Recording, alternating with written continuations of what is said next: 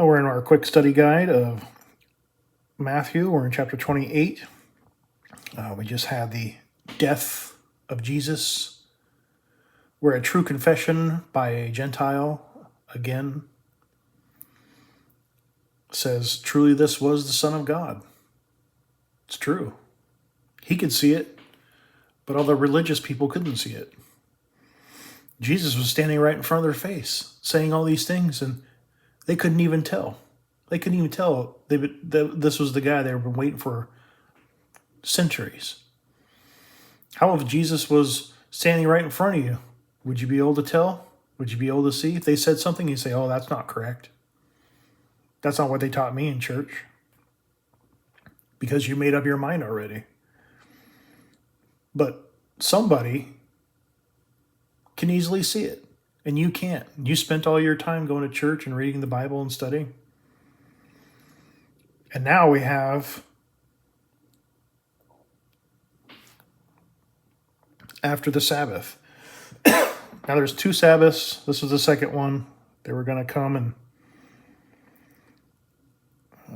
I think they came with spices in this one, and there was a severe earthquake. They had an appearance of an angel, white as snow. I know that you're looking for Jesus, who has been crucified. He is not here, for he has risen, just as he said. Look, this book, this is not an academic study. Okay, this isn't some course you take. It's not something you become a doctor of Christology. That's not what this is for. This is an account. These are witness statements. Okay? A lot of people say, oh, Jesus didn't rise. Well, guess what? Right here. He has risen. An angel said it. He has risen. There you go. If you're a disciple of Christ, that's good enough. This is what matters. This isn't the first time they say it.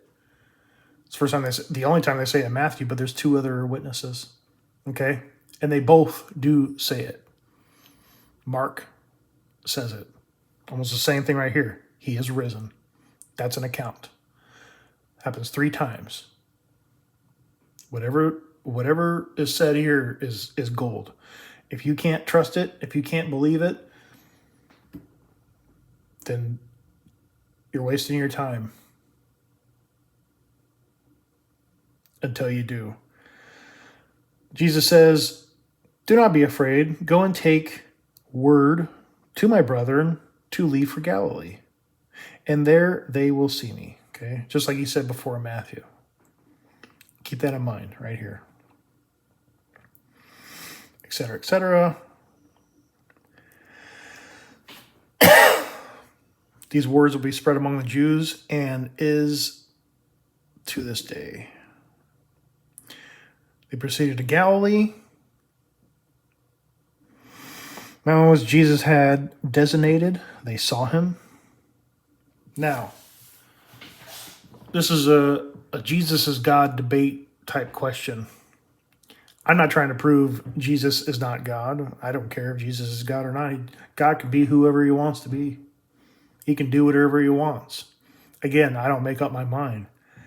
But if you look at this, people will say, well, if Jesus isn't God, then how come he can walk on water? How come he can do this? How come he can heal? Well, all authority has been given to me in heaven and on earth.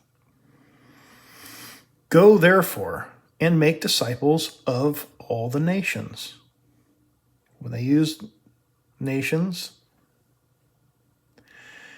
ethnos on this one, a multitude, okay?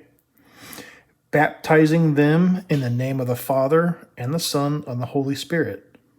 There's nothing that's saying these people are the same. 1, 2, 3. Nothing saying that they're the same. Teaching them to observe all that I have commanded you.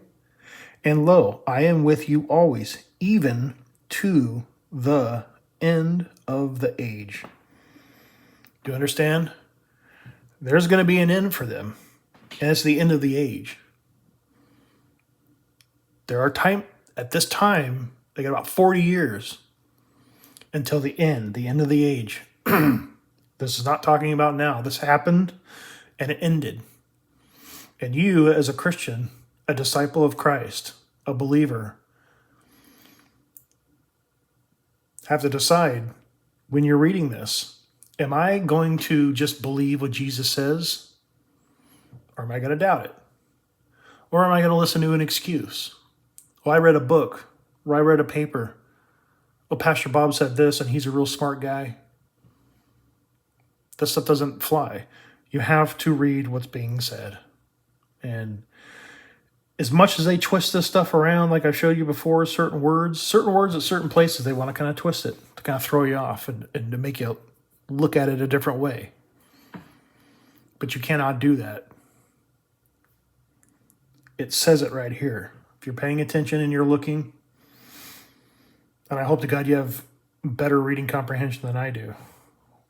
I've read the Gospels probably 100 times, and that's how many times I needed to read it to really get it, and I get it. I could read it backwards, upside down, because I've read it so many times.